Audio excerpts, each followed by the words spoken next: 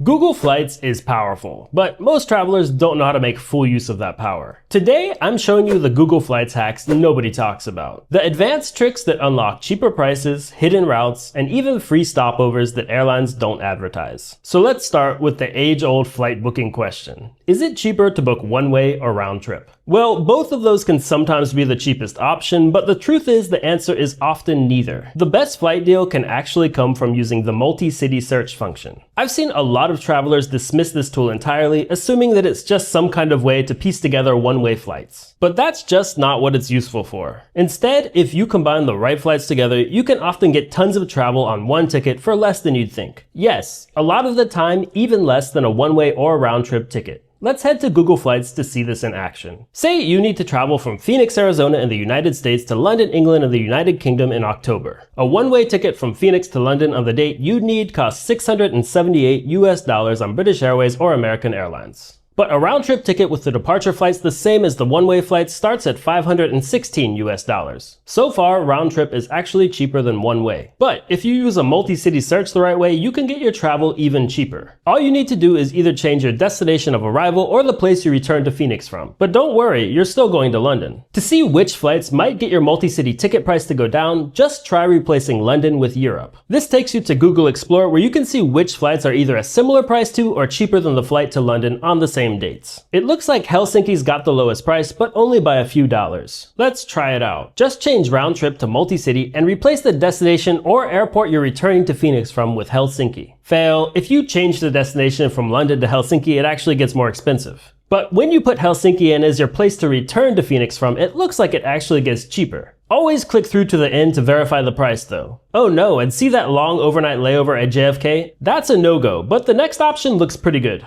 And the final price if you return to Phoenix from Helsinki is $422. You could fly from London to Helsinki on a separate ticket for as little as $34. So if you're up for it, you could definitely experience 2 European cities for less than the price of one. But even if you're not interested in visiting Helsinki, you can still get to and from London for $456 instead of $516.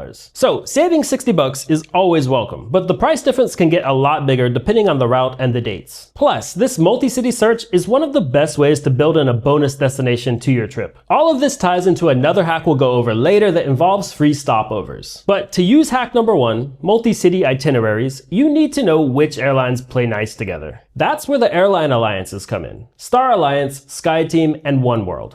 Google Flights lets you filter by alliance, which already helps you trim down your search. The Phoenix to London search we did just now was filtered down to only oneworld flights. But in Google Flights, you can also filter just by single airline. Let's say you filtered a search by just United Airlines. You might notice some of those flights are operated by airlines like Lufthansa or ANA. They still get a United flight number though, and that matters more than most people realize. The airline you decide to book with isn't just about what's printed on your boarding pass. First off, change and cancellation rules differ from airline to airline. A Lufthansa flight ticketed as United is subject to United's policies. US-based airlines like United usually allow free changes on economy tickets, while Lufthansa does not. Then customer service is simply not the same on every airline. If your flight gets delayed or canceled, the airline you booked with, not necessarily the one you're flying on, is the one you have to deal with. So choose wisely. Airline status and loyalty programs might dictate where you want to book to. For example, most US airlines now have spending requirements to earn or keep status. Spend that money on Lufthansa's website and it's not going to count towards your United account,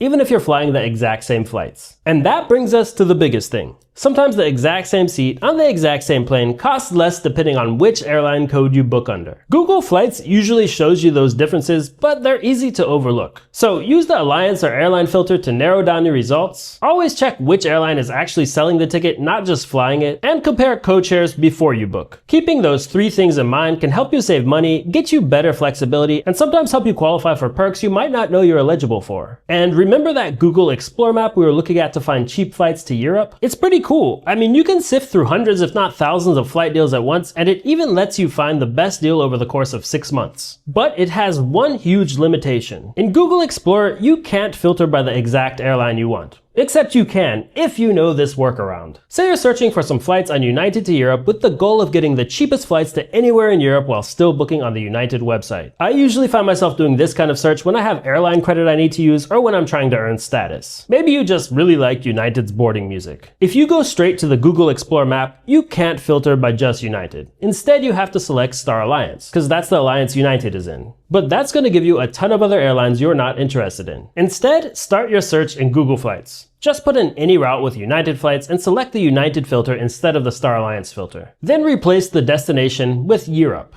Now you've hacked Google Explorer to let you filter based on airline instead of alliance. You can do the same process with any of the Google Flights filters, but most of the other filters are already available in Google Explorer. And by the way, if you have no clue where you want to go, it's not just Europe. You can put in any region around the world or even just anywhere. This is the process flight deal experts use all day. Trust me, I worked as one of those experts for over 5 years myself. And another pro trick I like to use is one you always want to check when looking for international flights. When you're searching on Google Flights, it defaults to your local currency and market. But airfare can change depending on where the system thinks you're buying it from. You used to need to open up an incognito window, switch your country setting at the bottom of the page before searching, probably set a VPN to the country you want to be searching from, and see if you didn't find any different deals available. That used to be a lot of work, but I guess at some point Google Flights realized people would find those fares either way. So now it's mostly a lot more simple. A common flight search this works for is for flights between the US and Canada or vice versa. Just take the first random United flight I found from New York, technically New Jersey, to Toronto. If you book on United's Canada site, it's 158 Canadian dollars and 90 cents, or somewhere around 114 US dollars. On United's US website though, you can get it for 102 US dollars and 38 cents. That's somewhere around 141 Canadian dollars. So 1 minute of comparison saved you about 17 Canadian dollars or 12 US dollars. This most often will work when you change searches between the country you're departing from and the country you're arriving to. But sometimes getting a third country involved can also help you get lower prices. Whenever you do find a deal like that though, just make sure the card you're paying with does not charge foreign transaction fees. Otherwise, you could end up paying more than you save just by using a different currency.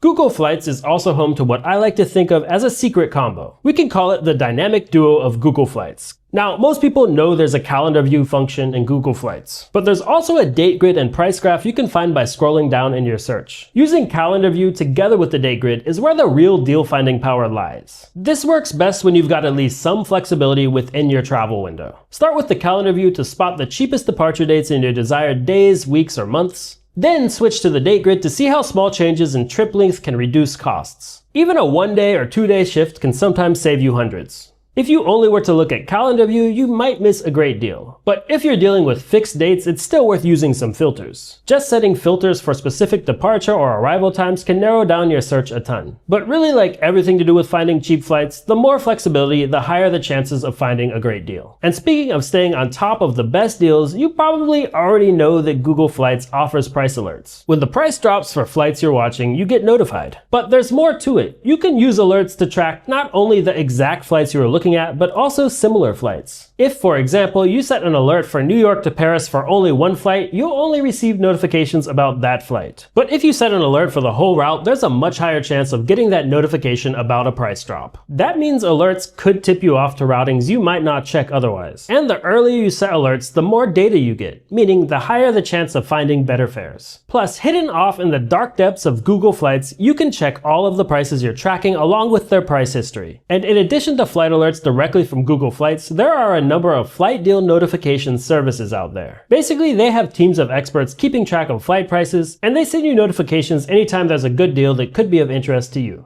Usually they'll provide you links to search sites like Google Flights or even directly to the airline's website. If you've got lots of time and are interested in searching for flights and potential places to visit, you might not find these that useful. But they can definitely save you a lot of time if a late night with Google Flights isn't your idea of a date. Two solid options I like to use are Daily Drop Pro and Thrifty Traveler. They both have free and paid tiers, so you can test them out and see if you like them using the links in the description of this video. So in hack number 1, we leverage the multi-city search function to save money by flying to one place and returning from a different one with a connecting flight booked separately in between. But you can do way more than that with multi-city searches, and one of my favorite tricks is forcing a layover or a stopover. For reference, a layover is just a stop somewhere for under 24 hours, while a stopover is a stop somewhere for over 24 hours. Let's say you need a one-way flight from Tokyo, Japan to Dallas, Texas in the US on October 8th. The absolute cheapest one-way flight available on a full-service airline without random overnight layovers or changing airports is $591 on Ava. That's a pretty nice economy class, by the way. I reviewed them while traveling around Asia last year. But there's a much cheaper option hiding in plain sight that you need to hack Google Flights into showing you. What if I told you you need to fly to Los Angeles to get to Dallas the cheapest? It might sound crazy if you're not familiar with this type of search, but that's the truth. Change one way to multi-city and add a flight from Dallas to Los Angeles. Bam! Now you've got some amazingly cheap American Airlines flights. Now the main price difference depends on if you decide to book a layover or a stopover. If your flight to Los Angeles from Dallas departs within 24 hours of your arrival flight to Dallas from Tokyo, the ticket will cost you just $351. That's with a layover. Now I am really not here telling you to skip that flight from Dallas to Los Angeles. I mean, do what you want, but know the risks that come with hidden city ticketing.